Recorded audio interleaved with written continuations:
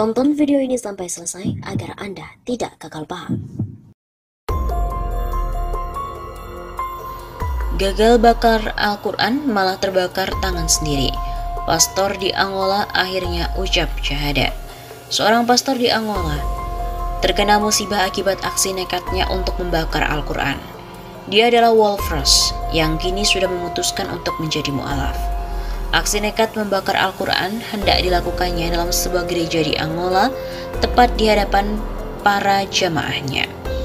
Ada keterkaitan dengan aksi tersebut dengan proses Pastor Walfros jadi mu'alaf.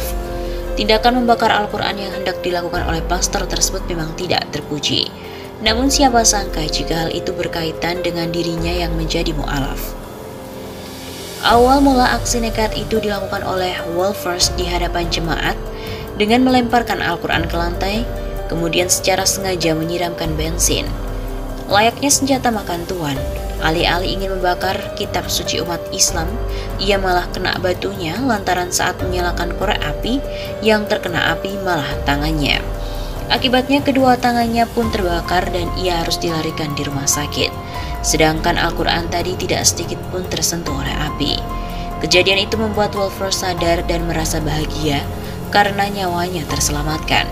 Pasalnya ia begitu membenci agama Islam juga kitab suci Al-Quran.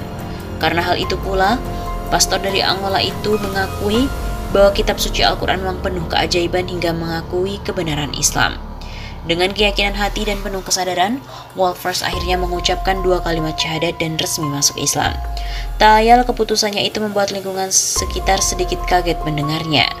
Hidayah Allah rupanya tidak datang untuk pastor itu saja, tetapi juga pada pihak lain di sekelilingnya.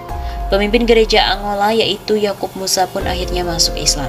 Selain itu diikuti juga oleh sekitar 200 orang jemaat lainnya yang menyusul menjadi mu'alaf.